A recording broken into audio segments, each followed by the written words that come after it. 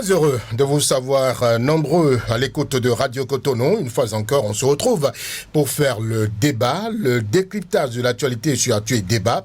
Nous parlerons de la presque folklorisation, je mesure mes mots, de la vague d'indignation et de contestation suite à la tentative de coup d'État. Le procès de Steve Amossou, renvoyé en novembre prochain, on en dira également un mot. J'installe nos invités, mes invités bien sûr, à tout de suite. À nouveau, bonsoir. Merci de vous installer, chers amis auditeurs. En studio, deux invités, nos partenaires du lundi sur Actu Débat. Nicolas Soukpetin, journaliste. Nicolas, bonsoir. Bonsoir Brice, bonsoir à tous. Julien Kitty avec vous. Pour le lundi, je suis Actu Débat. Julien Kitty, il est consultant média, il n'est plus à présenter. Julien, bonsoir. Bonsoir Brice Bielaïtchegui, bonsoir mon cher ami Nicolas Soukpetin, que je prends du plaisir à revoir ici. Je ne vais pas dévoiler le surnom que je lui ai donné ce soir. Peut-être que les auditeurs vont pouvoir le déceler à travers les mots qu'il choisira pour dire les choses à sa manière. C'est cela aussi la richesse des querelles des idées. À la mise en onde de Blaise Sakla, prise de vue Job Tchikpé, on démarre tout de suite avec le tout premier sujet, le présumé coup d'État déjoué au Bénin a fait réagir, vous le savez, la classe politique béninoise, alors que les personnes mises en cause attendent de connaître leur sort. Des acteurs politiques dénoncent les faits qui leur sont reprochés après les formations politiques, surtout à la mouvance, c'est leurs démembrements qui ont pris le relais et il n'y a plus 2 jours où on nous gave de speech d'indignation et de contestation de cette tentative de coup d'État. Juliandre, vous avez fait le même constat que moi?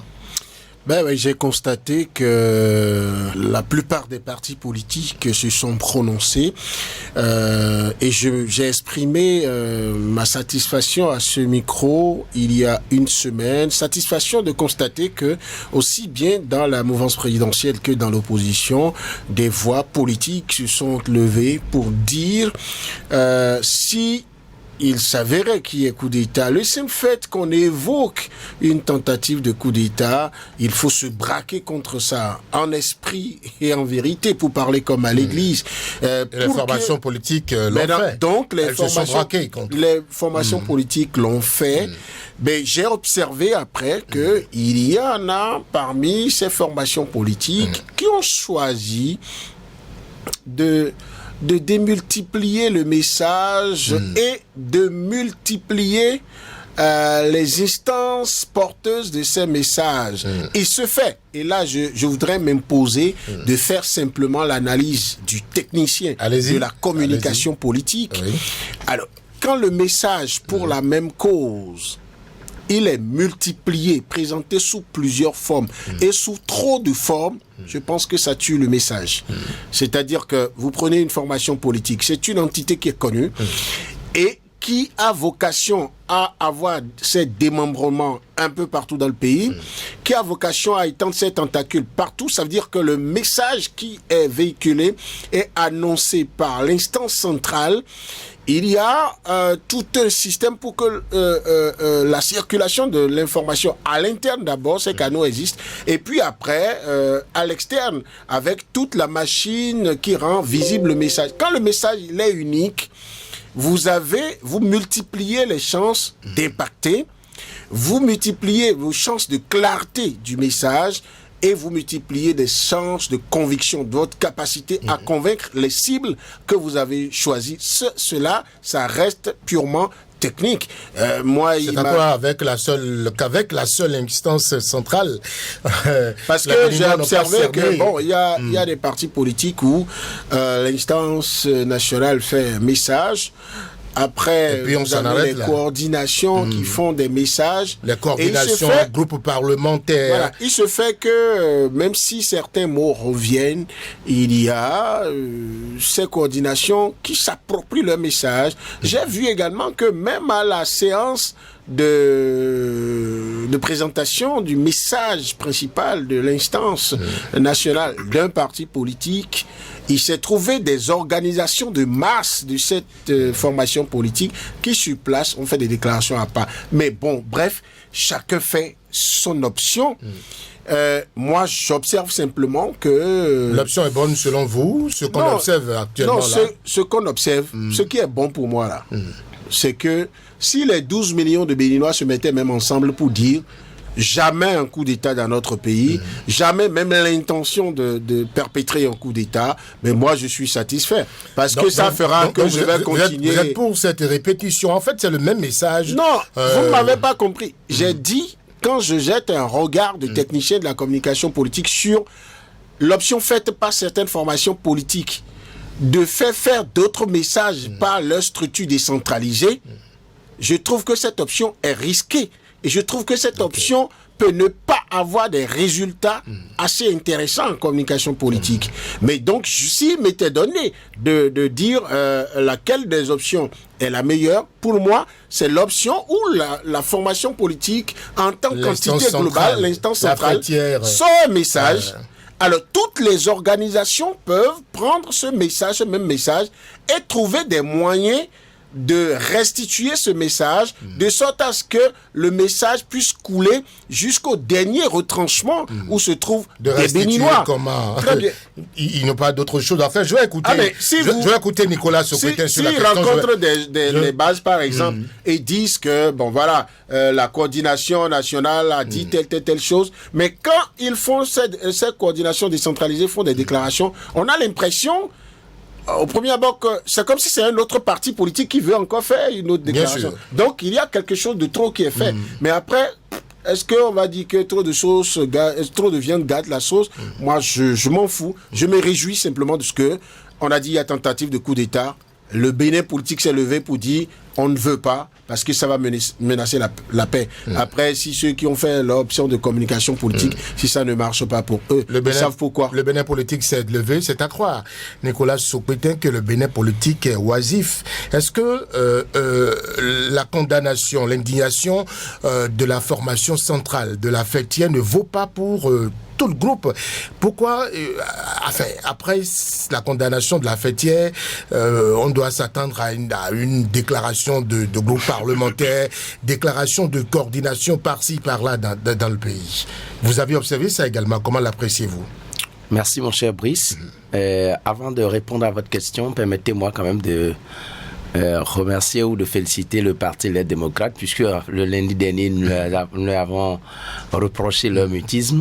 On va en parler tout à l'heure. On va en parler. Donc, c'est quand même fait. Je les remercie pour ça.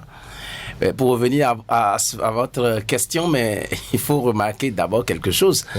On veut tout faire. Voyez-vous, le chef de l'État, il y a au moins 2 grandes formations qui sont au soutien des actions du chef de l'État. On parle de l'UPR et de BR. On ne sait même pas dans quel des 2 partis se retrouve le chef de l'État lui-même. Alors, à la veille, à 1 an comme ça des élections présidentielles, chacun devrait se faire voir, chacun devrait se faire ami au chef. Il faut davantage... C'est la méthode trouvée selon vous? Il faut davantage faire pour se faire plaire au chef. C'est la méthode trouvée, c'est ça? Bon, moi, sinon, ce que vous et moi nous avions remarqué, ça n'a pas son sens d'être.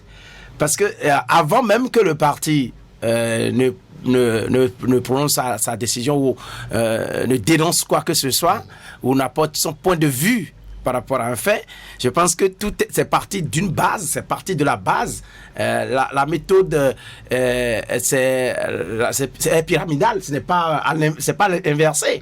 Et donc ici que le parti, l'instance centrale, comme l'appelle tout à l'heure mon chef frère Jules, oui. Je pense que dès que cette instance fêtière prononce son message, je pense que tout le monde s'en tient à ça.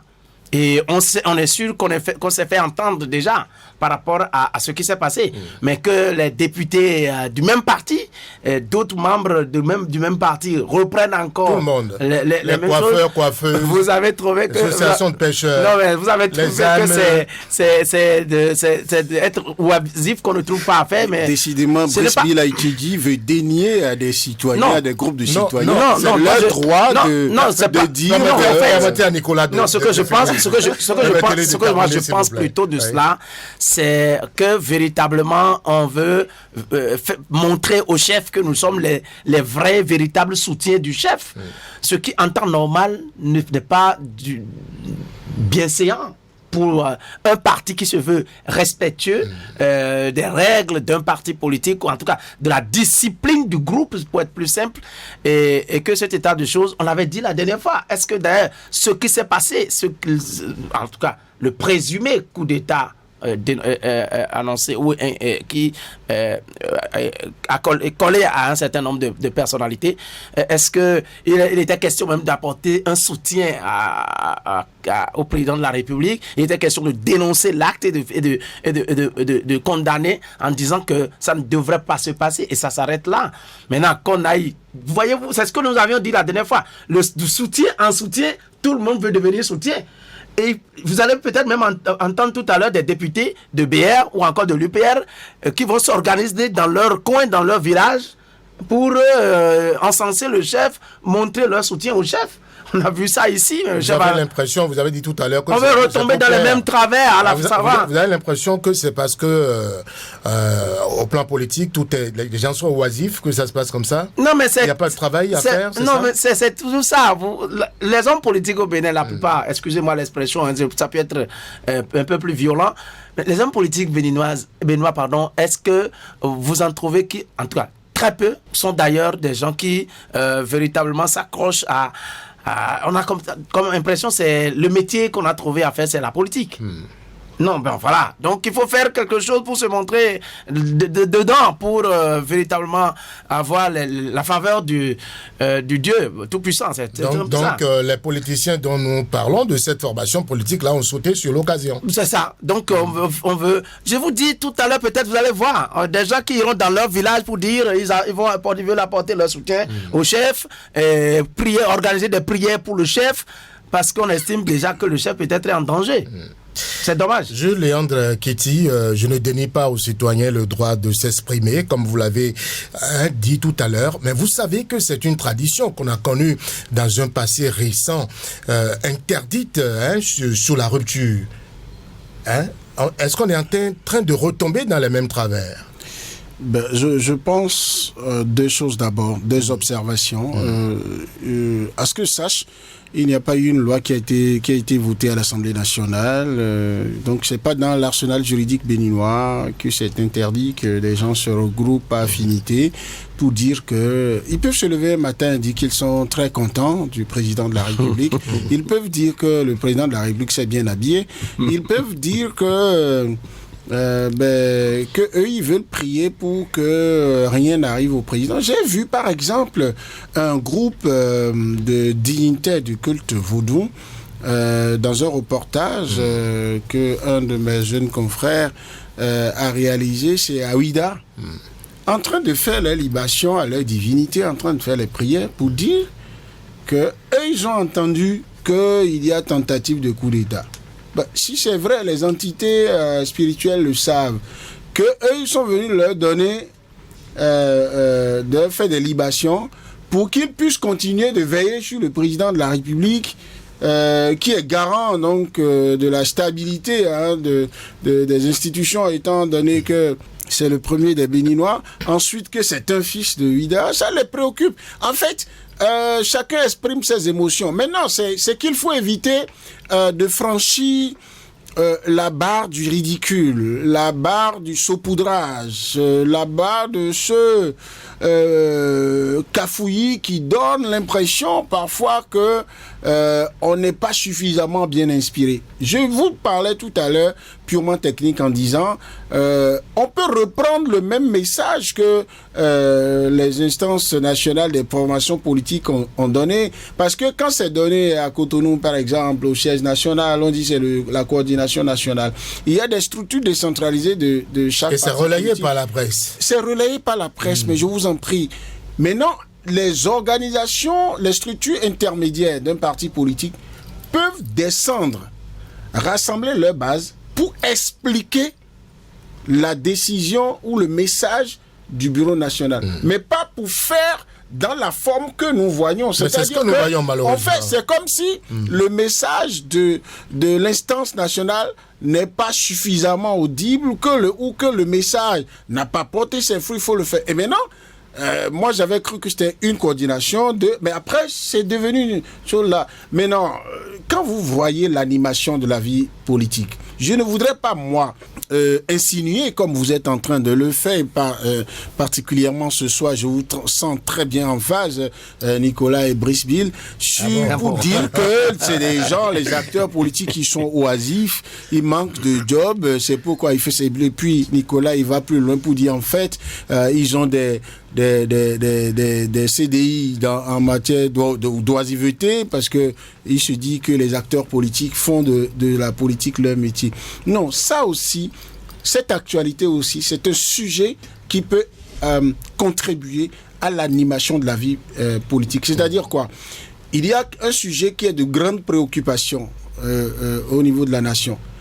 Une formation politique doit pouvoir se positionner là-dessus. Se positionner ne signifie pas que vous êtes en manque de visibilité. Non. Quelle est votre position? Même le silence d'un parti politique sur un sujet peut faire l'objet d'une conférence de presse. Pourquoi on n'a pas vu les formations politiques se positionner sur la cherté de la vie, par exemple? Mais il y a eu des formations politiques qui sont positionnées sur... Non, mais c'est quand il y a eu tournée gouvernementale que les formations... Alors que ce devrait être leur rôle. Oui, mais il y a eu tournée gouvernementale. Les formations... Ma question, c'est pourquoi attendre la tournée gouvernementale avant d'en parler? C'est préoccupant quand même. Oui, mais ça pose le problème de l'organisation interne des formations politiques pour animer la vie publique et politique. Parce que quand vous créez un parti politique au Bénin, les obligations que vous avez vis-à-vis du ministère de l'Intérieur pour que vous continuiez de détenir le récépissé qu'on vous donne, ce n'est pas que de participer aux échéances électorales. Avant d'en arriver là, vous devez animer la vie politique, vous devez former les citoyens au civisme, vous devez former vos militants raison pour laquelle la nouvelle charte des partis politiques a fait imposition aux formations politiques d'avoir des écoles politiques à l'interne. Bon, est-ce que ça se fait? Alors, si on a mis en place le financement public des partis politiques, c'est également pour leur permettre de souffler, de pouvoir mener des activités. Certes, il y a problème à ce niveau, il y a redit quelques réserves parce que moi j'ai toujours soutenu quelque chose et puis ça a été posé ce problème depuis le dialogue politique, je crois, de 2019 où on dit que ce sont les partis politiques qui ont des députés, qui ont des maires qui vont bénéficier du financement public aux partis politiques. Alors que il faut simplement avoir des résultats intéressants aux échéances électorales pour pouvoir avoir les députés, avoir les maires. Après toutes les autres obligations, animer la vie politique, former et tout ça, tous les partis politiques ont obligation de le faire. Et après, on donne le financement à quelques jeunes. Bon, bref, il faut bien des critères subjectifs quand même pour sélectionner, puisqu'il est question de sélectionner. Et quand ils ont le financement, ils peuvent mener ces activités. Mais là où je ne suis pas d'accord avec vous, avec Nicolas, sur le caractère très tranché de sa perception des choses, sa ligne d'argumentation, c'est quoi? Je l'ai dit la dernière fois, pourquoi vous voulez sortir le président de la République, institution, des personnages ou des cibles de l'action de solidarité de ces forces vives de la nation? Non, ce n'est pas un crime que de dire « Ah, mais Dieu merci que il n'y a pas eu le coup d'État, Dieu merci qu'il n'y a pas eu coup d'État pour qu'il y ait risque non seulement de remise en cause de l'ordre constitutionnel, mais de risque je vais utiliser un gros mot, de risque même d'assassinat du président de la République. Vous pensez, Jules, que ce n'est pas un crime de nous rabâcher de la même déclaration tous les jours? C'est le même contenu. Attends, vous allez encore poser un autre problème. Moi, j'aime ça. Mon père m'a appris, dans ce qui m'a appris de l'esprit critique, que quand j'ai un problème à régler, je le fractionne en autant de particules nécessaires que possible, et je les règle. Vous posez encore un autre problème. Si les gens ne font pas montre de suffisamment d'ingéniosité, je vous ai dit la dernière fois ici, quand on a commencé par l'avalanche de messages, j'ai dit, mais j'ai lu le message de Renaissance Nationale. Après, j'ai vu message d'autres formations politiques telles que l'UPR, après le BR, j'ai vu FCBE, tout ça. Mais si, quand le premier est parti, un autre parti politique veut faire un message, c'est clair que ce parti politique a une équipe de veille médiatique, a une équipe de communication qui peut savoir que, à trop ressembler à quelqu'un qui a déjà fait un message à travers notre message, nous ne nous mettons pas dans une posture d'originalité, alors qu'il y a 10 000 mots. Vous prenez le plus petit des dictionnaires, vous avez 60 quelques mots dedans, 60 quelques mille mots dedans. C'est pour dire que moi, je ne voudrais pas non plus faire le procès aux cellules de communication des formations politiques qui ont utilisé les mêmes mots. Je veux même pouvoir dire, mais peut-être que les esprits de paix ont inspiré les équipes de rédaction de ces messages de la même manière. Peut-être que ce sont les mêmes anges de Dieu qui sont descendus et qui ont distribué les mêmes inspirations. Moi, je ne veux pas faire ce débat. Seulement, je me pose la plus grosse des questions. Est-ce que le président de la République, que tout le monde a raison de citer parmi les personnages à qui il faut apporter un soutien moral, parce que lui aussi doit vivre des émotions. Au-delà de ça, est-ce que le président de la République a véritablement besoin que dans le contexte actuel, quand les formations politiques ont fini de dire ce qu'ils pensent, d'accord, de l'axe de cette actualité, quand ils ont fini de dire que non, nous avons opté pour la démocratie et il ne faut pas que quelqu'un remette ça en cause, et quand ils ont fini de dire que c'est à la justice de nous déclarer les tenants et aboutissants de cette affaire, quand ils ont fini de dire que le président de la République, nous le soutenons, ou que nous prions pour que rien ne lui arrive en tant que président de la République institutionnelle, quand ils ont fini de dire ça, est-ce que le président de la République a besoin que tous les Béninois, tous les groupes de Béninois, chaque jour et à chaque heure, répètent que ce sont des apatrides ou des ennemis parce que si l'objectif, tout le monde ne peut pas avoir pour objectif de vouloir plaire au chef de l'État seulement. En fait, il n'y a pas, s'il vous plaît, il n'y a pas des gens, tout le monde n'a pas ce problème que vous posez. Il y a le chef de l'État là. Parfois, à force de dire que tout le monde fait ça juste pour lui plaire, je pense que vous minimisez la capacité du chef de l'État lui-même à savoir qui est avec lui, qui l'aime et qui ne l'aime pas. Parce que je ne sais pas si... Ce n'est pas évident. Le chef de l'État lui-même n'est pas de style. N'est pas de style. Il a dit clairement. À se laisser emballer. Vous savez, nous sommes à la veille d'une non, il n'en a pas besoin. Importante. Non, il n'a pas besoin. De sorte que chacun veut se faire voir. Non, mais ils avaient quel problème? C'est là je disais. C'est là je posais pas le problème. Moi, je ne comprends pas. Je crois que mais pourquoi vous ne trouvez aucun point positif? On peut trouver aucun point positif dans ce que les gens ont fait. Si vous permettez, on peut être tout de même d'accord que le système de la réforme partisane, si il a des réussites, il faut reconnaître quand même que ça titube ou carrément qu'il y a des points d'échec. Parce que justement, quand vous avez deux formations politiques, on peut le considérer comme les deux plus grandes formations politiques qui sont en soutien au chef de l'État, jusqu'à présent, le citoyen lambda qui, lui, citoyen qui soutient les actions du chef de l'État et qui le voit comme étant quelqu'un qui aura fait du bien à ce pays, mais juste là, il ne sait pas quel est le parti politique qui va présenter un candidat valable, capable de remplacer ou de remplacer le chef d'État. Si on estime que on est à l'échéance. Là maintenant, vous êtes dans l'exclusion. Pourquoi d'abord, pourquoi vous vous permettez, et ça je voudrais vous le dire le plus frontalement possible. C'est mal connaître la matière politique que de dire que... On a vu quelle est la taille de ces partis? Les partis politiques dont vous parlez, comment vous évaluez leur taille? On a fait le Parce qu'on a dit que c'est un conglomérat. C'est un conglomérat. Vous permettez qu'il finisse, Jules. Vous permettez qu'il finisse. On a fait l'option de grands rassemblements. Et que lorsqu'on en arrive à faire, par exemple, à former deux grands partis, qui sont en soutien au chef de l'État, ça aurait été peut-être l'UPR, le seul parti véritable qui soutient les actions du chef de l'État, que personne n'aurait eu dans sa tête l'embroglio que le parti, celui qui va remplacer le chef de l'État, sortira de tel parti. Et là, c'est ce que je vous dis tout à l'heure, le BR que nous sommes en train, en tout cas, parce que les députés qui, après l'instance fêtière de leur parti, a dénoncé l'acte, la coordination, c'est au bloc républicain. C'est au bloc républicain qui se fait retrouver encore dans, excusez-moi l'expression, ce qu'on peut appeler la pagaille communicationnelle. En fait, ici, on veut, tout cela est destiné à quoi? C'est dans quel objectif?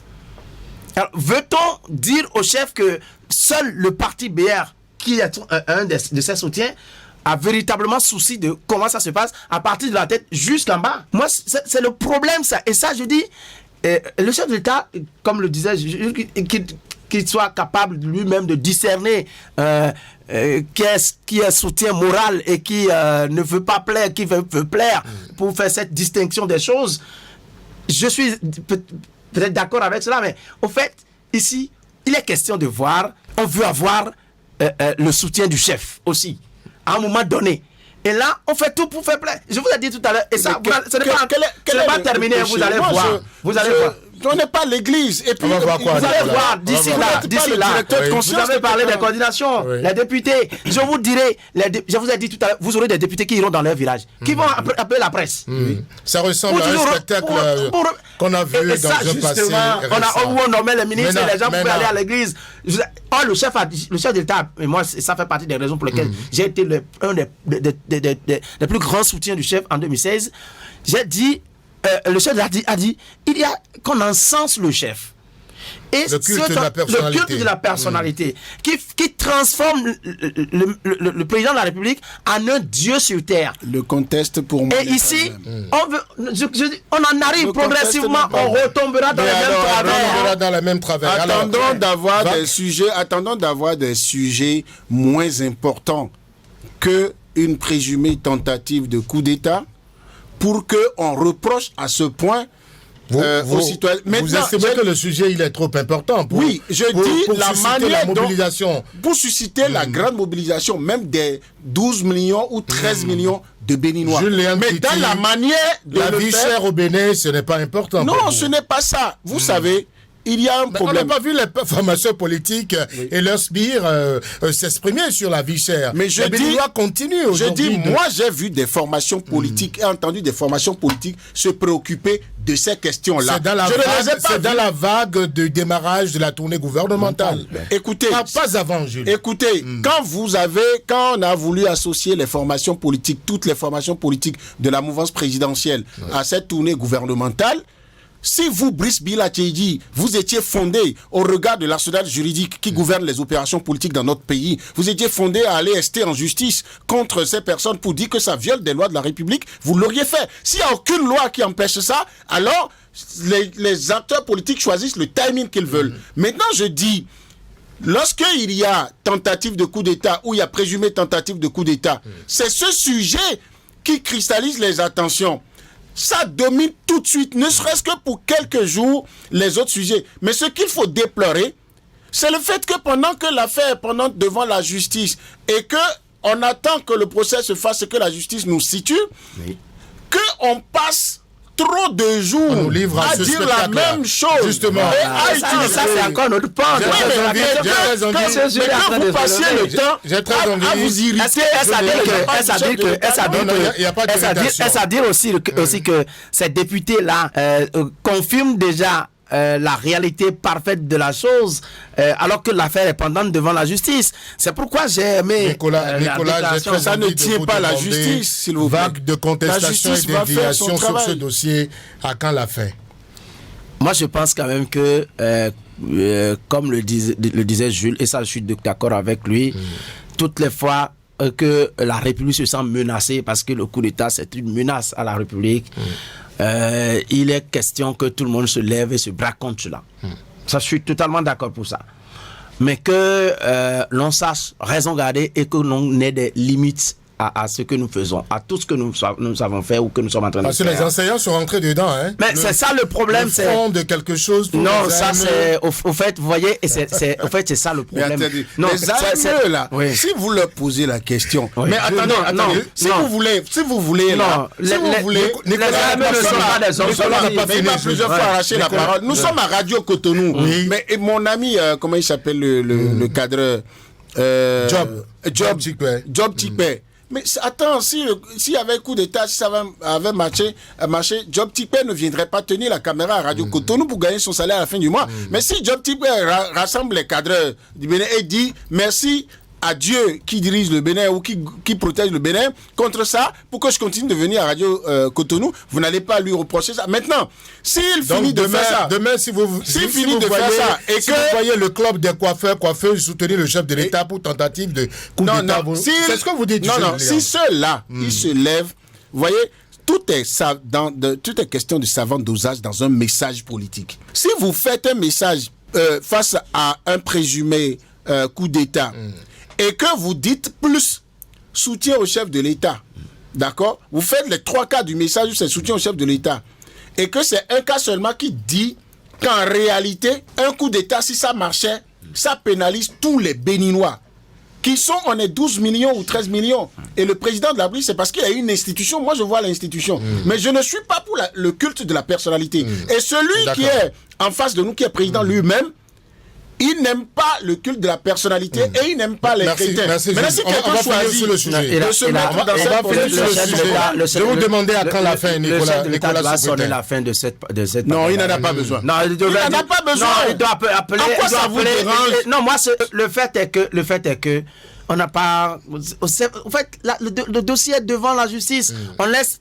Je crois que c'est ce que certains grands partis politiques faites confiance à la justice. Et si demain, la justice trouve que c'est un non-lieu.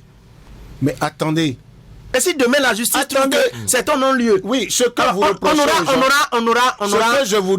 ce que je vous demande, à partir du moment où... On aura envahi l'opinion. À partir du moment où vous n'avez véritablement pas la peine. À partir du moment où vous n'avez pas empêché... Je voudrais qu'on dise un mot sur cette sortie des démocrates, sur ce sujet-là. Vous avez suivi le parti, la démocrate, donner sa réaction. On pourrait dire enfin, parce qu'on a tous ici... Les démocrates, enfin... D'accord, ça satisfait quelque chose que nous avons, un vide que nous avons déploré. Oui. Mais les démocrates ont dit, coup d'État, on n'aime pas. C'est pas normal. Mais les démocrates ont fait les 3 quarts de leur message pour dire, il y a flou autour. Pour suspecter la thèse de tentative de coup d'État. Ça vous gêne? Vous voyez? Non. Personnellement, je n'ai pas de sentiment personnel à avoir par rapport à ça. Je fais de l'analyse. Oui. Vous allez, si vous voulez être intellectuellement honnête, vous allez reprocher aux démocrates d'avoir aussi parlé comme si, à l'issue du procès, ce n'est pas possible, il ne pourrait pas, l'hypothèse selon laquelle le coup serait confirmé, l'intention serait confirmée, ou bien que les faits reprochés à ces présumés-là vont se confirmer, ils seront convaincus de ces faits-là. Vous allez lui dire, mais pourquoi une affaire qui est devant la justice, ils suspectent l'appareil judiciaire qui est en train de faire le travail? Pourquoi ils pensent que, presque en des termes à peine voilés, que ça ressemble à un montage? Est-ce que la justice, pendant qu'elle est en train d'opérer, de faire des enquêtes, a obligation de donner toutes les informations qu'elle recueille pour pouvoir établir la culpabilité ou bien pour pouvoir disculper des personnes présumées coupables dans un dossier? Non. Et c'est en cela que je préfère qu'on fasse la promotion des portions de messages ou des messages qui sont restés stricts dans l'idée de dire, si jamais ça avait s'était passé par la tête de ces personnes qu'on cite ou d'autres personnes de remettre en cause l'ordre constitutionnel dans notre pays, il ne faut pas le faire parce que nous n'avons qu'un seul pays. Dis seulement que ça parle là. Ensuite, dire qu'il faut laisser la justice faire. Moi, je ne cesserai jamais de le dire. Retournez lire le premier des messages de partis politiques que moi j'ai lu, de Renaissance nationale de Claudine Pounet-Sur, seule femme chef de parti politique, qui a toujours dit, mais en toutes circonstances là, dans l'activité politique, aucun sacrifice ne sera de trop si c'est pour préserver la paix. Elle est partie à un second message encore pour appeler tout le monde au calme. Demander à ce que tout le monde dise, nous ne voulons pas de coup d'État, mais laissez la justice faire son travail. Et maintenant, dire au chef de l'État et son gouvernement qui seraient visés par un tel coup, si le coup s'avérait, parce que pour renverser un régime, c'est qu'il faut renverser le gouvernement. Et on ne sait pas comment on va renverser. Et pour un parti politique qui est proche de ce pouvoir, il a besoin tout au moins de dire au président, nous sommes de cœur avec toi, les émotions que tu vis. Mais on le dit une fois et c'est relayé, les structures du parti relaient ça. Et puis, on passe à autre chose. L'attitude citoyenne... Pourquoi ce relais n'est pas fait dans l'autre grosse formation politique soutenant les actions du chef de l'État? Mais attendez, je vous ai dit ici, chacun fait son option communication, de la stratégie de communication. Maintenant, si vous voulez, on va écouter Nicolas du parti qui a choisi d'aller dans toutes les cellules, les coordinations, pour faire des messages nouveaux. Et je vous ai dit, si on devrait faire un débat sans polémique et faire un débat purement technique, c'est clair, le péché se trouve dans la formulation des messages qui donnent l'impression que c'est le même les coordinations là, c'est une autre entité qui est détachée du parti lui-même. Alors que s'ils étaient venus pour dire la coordination veut expliquer, par exemple, peut-être dans nos langues, c'est-à-dire si c'est dit en français, on dit on veut expliquer dans nos langues à des populations. En communication, on constate que ce qui manquait dans la première forme de communication, on est en train de combler ce vide. Donc, celui qui reçoit le message n'a pas l'impression que vous êtes en train de lui rabâcher les oreilles avec les mêmes choses. Et c'est en cela qu'il faut savoir s'exprimer, communiquer et convaincre. C'est trois choses différentes. Vous avez suivi le parti Les Démocrates à leur sortie. Ils n'ont pas fait que fustiger. Ils ont profité pour, parler d'autres ennuis, code électoral, vie chère, beaucoup d'autres problèmes également. Oui, avant, si vous permettez, avant de revenir sur cette question, sur votre question. Vous voulez répondre à je voudrais, en tout cas, signaler ici mon plaisir à toujours écouter mon frère Jules. Julien Kitty. Du fait que les auditeurs aussi auront ce même plaisir parce que technicien de la communication, on dégage beaucoup de choses, beaucoup de notions. Donc, j'ai pas la prétention d'en détenir la science infuse. J'explique les choses telles que je les vois. En fait, ce que nous reprochons à un certain nombre de partis, et Jules Kitty l'a bien compris, et c'est ce qu'on a vu dans un passé récent qui est interdit. Sur le plan communicationnel, le reproche est clair, il doit le savoir. Alors, mais revenons, je suis très content du parti les démocrates pour leur position, pour leur message, puisqu'ils ont dénoncé la chose. Mais je vous avais dit ici, il y a une fois, que lorsque c'est à répétition, la connotation, le sens est dilué et il n'y a plus de valeur à l'expression. Quand, par exemple, le parti de l'opposition en vient à dire qu'il y a de flou autour, c'est à raison. Lorsque, par exemple, le procureur de la République dit un certain nombre de choses, en interpellant une structure bancaire qui donne une version contraire à ce que le procureur dit, lorsque, par exemple, on nous a habitués à un certain nombre de condamnations lorsqu'il s'agit de ces mêmes chefs d'accusation et de la manière dont on expédie ces dossiers-là, et peut dire qu'il y a flou. Et que pour ceci, par exemple, on en arrive simplement à délivrer des mandats de dépôt simplement, sans une véritable condamnation pour qu'on soit plus clair, pour qu'on soit situé. habitués. Mais comment vous voulez qu'on ne dise pas qu'il y a flou autour de cette... Si c'est pour ça que vous pensez qu'il y a flou, par exemple, vous êtes, excusez-moi encore, c'est très amical, je crois que ça doit être lapsus de votre part. Vous êtes dans la promotion de la parfaite méconnaissance des éléments juridiques dans ce... L'avocat de Olivier Bokor s'est réjoui de savoir, de dire en disant que les choses se sont excellemment bien passées. Non. Je dis, pour moi, attendez, l'intellectuel qui lit, il y a des gens, on a eu d'autres dossiers, on a eu d'autres dossiers ici. Laissez-moi une minute. Moi, je ne suis pas dans les émotions des autres dossiers. Je n'ai pas de l'émotion. Je suis dans la logique de ce à quoi nous a habitués. Oui, lorsque nous sommes dans l'analyse politique et si nous sommes en train de nous permettre des commentaires autour d'une affaire qui est pendant devant la justice, nous sommes bien obligés de rester dans les moules juridiques. Alors, qu'est-ce qui se passe? Vous n'allez pas devant un juge qui connaît d'une affaire pour lui dire, même un voleur qui vient vous accuser de vol, si il vous traîne devant la justice, vous n'allez pas dire au juge, lui-même avait volé un jour. Ça n'a rien à voir. Le dossier qui est là aujourd'hui, qu'est-ce que l'avocat de Olivier Bokor a dit? Il dit, nous avons été vers le procureur spécial, qui nous a envoyé vers un juge d'instruction. La commission d'instruction a travaillé.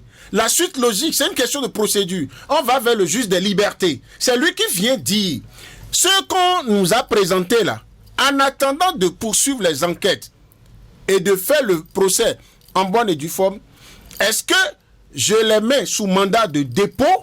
Donc, ils sont en maison d'arrêt. En réalité, c'est un abus de langage lorsque nous disons qu'ils sont en prison. Non, Olivier Bokor, Oswald Omeki ne sont pas en prison. Ils sont en détention préventive. Ils sont dans une maison d'arrêt. Ils sont dans une maison d'arrêt. Et même dans d'autres pays, de façon physique, les infrastructures qui accueillent les personnes qui ne sont pas encore condamnées sont différentes des prisons où vont ceux qui ont été déjà condamnés. Et donc, lorsque devant le juge des libertés, les avocats de Olivier Bokor, Oswald Omeki et autres là, disent, nous demandons que vous mettiez sous convocation nos clients, le juge des libertés, c'est la loi qui lui donne le droit de dire, lui, il estime que pour que tout se passe bien, ces messieurs, il faut les mettre là où ils sont dans les liens de la justice. La justice peut disposer de toutes les fois où on veut leur poser des questions. Il n'y aura pas de problème, il n'y aura pas soulèvement, il n'y aura pas problème de représentation, c'est-à-dire qu'ils ne vont pas fuir, par exemple. Ça, c'est des détails qui amènent un juge. Et quand le juge le fait comme ça, l'avocat dit d'accord. Mais l'avocat veut savoir. Ce n'est pas moi qui... veut savoir. Mais quand vous dites que... Moi, c'est pas moi qui évoque l'expression flou autour. C'est le parti vous avez évoqué... Je tiens à ce qu'on te permette de finir. Vous avez évoqué...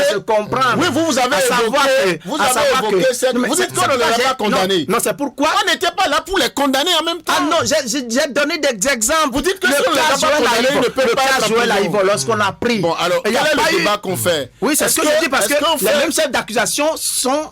Est-ce qu'on se comprend sur par rapport à Joël Aïvo, par rapport à Rikat Madougou, les mêmes chefs d'accusation, on les a eu à ce niveau-là. Mais il y a eu un procès. La tentative de sûreté, c'est ce que je dis. Est-ce que c'est un crime qui en est? J'ai parlé de l'allure, oui. de la face, c'est-à-dire la rapidité dans l'exécution de ces procès-là. C'est ce que je dis. Est-ce que ça veut dire que alors, ici, parce qu'il y avait eu un chef d'accusation, non, on sait, on est habitué.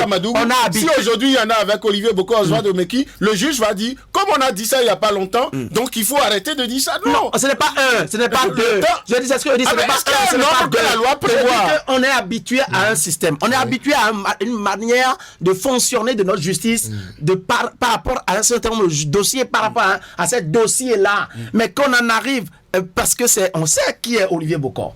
On sait qui est Oswald. On sait de quelle partie ces gens-là sont. Que le procureur dise une chose, qu'il y ait le contraire rapporté par une autre structure, et qu'on en arrive même à vouloir faire la présentation. On se souvient encore, quand Rukad Madougou, le cas de Rukad Madougou, on a vu un juge démissionner ici pour dire les instructions reçues de la part d'un ministre.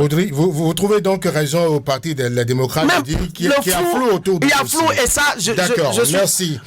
Il faut quand même dire que ce dossier, il y a tellement de suspicions autour que le juge même ferait bien, et ça c'est mon opinion personnelle, ferait bien que les choses se traitent bien et vite pour que nous soyons situés, parce que c'était dans l'incompréhension de nous tous que on désigne quelqu'un de la trempe d'Olivier Bokor comme étant faisant partie d'un groupe qui allait faire une pareille opération. Nous allons évoluer maintenant dans les échanges. Merci. Vous savez que M. Steve Amousou a été présenté devant la justice béninoise ce lundi pour son procès. L'activiste béninois a plaidé non coupable pour des faits à lui reprocher.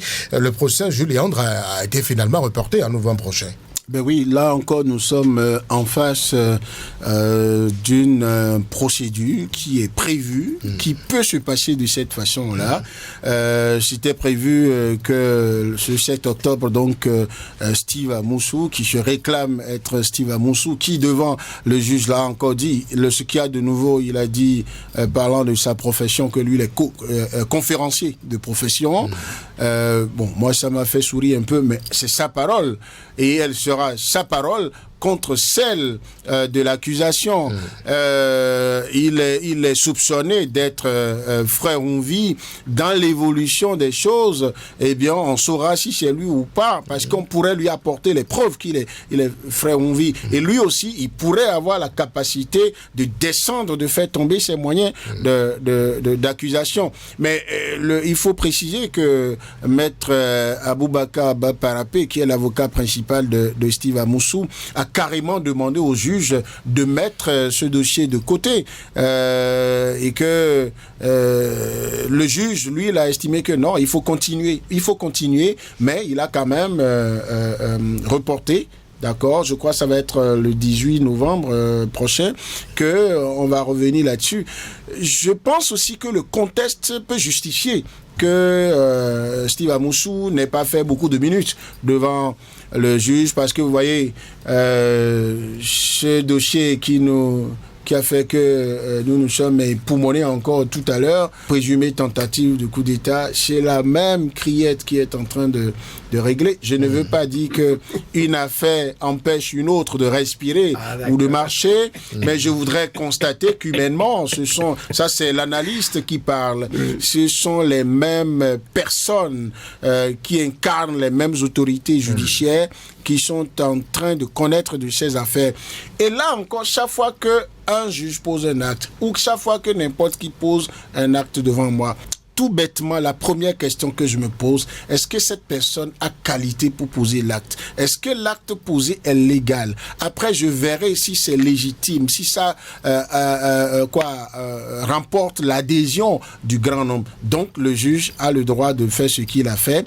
On va attendre le 18 novembre prochain. Et puis, ce qui sera notre soif à nous tous, c'est de savoir est-ce que oui ou non, on a démontré que Steve Amousou c'est frère Ounvi. Parce que c'est dès que il sera démontré et prouvé, validé que consacré que Steve Amousou est frère Ounvi, que tous les chefs d'accusation de harcèlement par voie électronique, de provocation directe, d'insurrection, et puis dans la sûreté de l'État. Voilà. Alors, si c'est l'expression que Nicolas n'aime pas trop, donc ça reste un véritable écheveau à démêler. Oui, donc là où c'est intéressant, et moi je voudrais faire un appel à tous les jeunes étudiants en droit et tous ceux qui sont passionnés par les analyses politiques, qui ont une base fortement juridique, à s'intéresser à ce genre de choses. Parce que tout n'est pas de rester dans la politique, vous et là autour de ces dossiers-là pour des intérêts politiciens. C'est de voir quand je se retrouve face à ce genre de dossiers. J'ai vu encore quelqu'un aujourd'hui avec qui j'échangeais, qui m'a dit, mais ce qui le préoccupe lui là, ceux qu'on a condamnés pour avoir kidnappé Steve Amousou, d'accord, Mais quand on a fini quand est-ce que quelqu'un a porté plainte contre Steve Amoussou pour qu'on le prenne maintenant pour lui dire, bon, on t'accuse d'être Steve Frère Ounvi, pour que tu répondes des chefs d'accusation comme Frère Ounvi. Et j'ai rappelé à celui-là que, et moi, contrairement à ce que beaucoup de mes compatriotes font, et je plaide pour que nous puissions nous intéresser au discours que les gens prononcent. Dans les déclarations du procureur spécial de la Criette, il avait dit que lui, on lui avait parlé de quelqu'un qui a été kidnappé et que ceux qui ont kidnappé ont appelé une autorité qui a dit amenez-le à l'ex-OCRC et que lui s'est rendu compte sur les réseaux sociaux qu'avec les informations qui lui parviennent, beaucoup disent que c'est lui, Frère Ounvi, là, alors que celui-là, lui, procureur, cherchait Frère Ounvi parce qu'il y avait des chefs d'accusation contre lui. Alors, le procureur a-t-il besoin de venir nous dire qui a porté plainte? Est-ce qu'il n'a pas le droit de s'auto-saisir d'une affaire? Et le simple fait pour lui d'interpeller celui qui est soupçonné d'être Frère Ounvi n'est pas une infraction. Si demain c'est démontré que c'est pas lui Frère Ounvi, il rentrera chez lui, surtout qu'il doit être très heureux. Lui qui se dit conférencier, depuis qu'il est arrêté, il n'a pas fait de conférence. Il rentrera pas chez lui, Jules, parce que il est poursuivi oui, mais maintenant dans 2 procédures. Escroquerie d'une part, et également... Pour l'escroquerie, je me permets de dire que ça pourrait être moins compliqué pour lui parce que en droit, si c'est difficile d'identifier, de voir en face du juge celui qui accuse, celui qui serait victime de l'escroquerie, alors il sera difficile de dire qu'il est il est coupable d'escroquerie parce que celui qui lui aurait laissé de l'argent serait en Indonésie. Nous allons écouter Nicolas Soukouté sur le sujet. À quoi devra-t-on s'attendre sur ce sujet-là? On sait qu'il y a eu déjà un premier procès. On pourra dire que Steve Amoussou a gagné la première bataille en voyant ses ravisseurs, certains de ses ravisseurs condamnés. Et il a gagné 5 millions de dommages et intérêts. Ça n'est pas mal pour un conférencier au chômage. La suite, oui, la suite. Non, sincèrement, moi, je voudrais exprimer ma désolation par rapport à ce renvoi parce que c'est trop de souffrance. C'est quand même la procédure. Non, mais moi, pour Nicolas, la justice a encore tort. Non, je ne dis pas que la justice a encore tort. Il fallait finir avec ce dossier-là. Non, mais la justice a son calendrier. Ce n'est pas juste de dire d'un juge, il fallait finir avec ça. Monsieur Kitty disait tout à l'heure que un dossier peut en cacher un autre. Et c'est dommage que ce dossier de tentative de coup d'État ait pu avoir peut-être ses effets sur... Heureusement que vous avez dit peut-être. J'aime qu'on utilise les mots qui ont des sens, qui mettent de bémol ou mettent de la... À quoi devra-t-on s'attendre, Nicolas, le 18 novembre prochain? 18 novembre prochain, je pense que... Il faut qu'on en finisse. Non, il faut qu'on en finisse et que ce monsieur retrouve sa... Vous demandez finalement qu'on liquide les dossiers. Recouvre sa liberté, parce que... Monsieur Jules... Nicolas va jusqu'à dire le verset. Il va jusqu'à imposer au juge de libérer. Monsieur Kitty a dit tout à l'heure. Merci à Nicolas Soukouté, nos 2 invités que nous avons reçus ici ce lundi en studio pour Actu et Débat qui se referme. Je rappelle à toutes fins utiles que Job Tikpé est à la prise de vue, Blaise Sakla à la mise en onde, présentation Brice Bill a été dit. Bonsoir.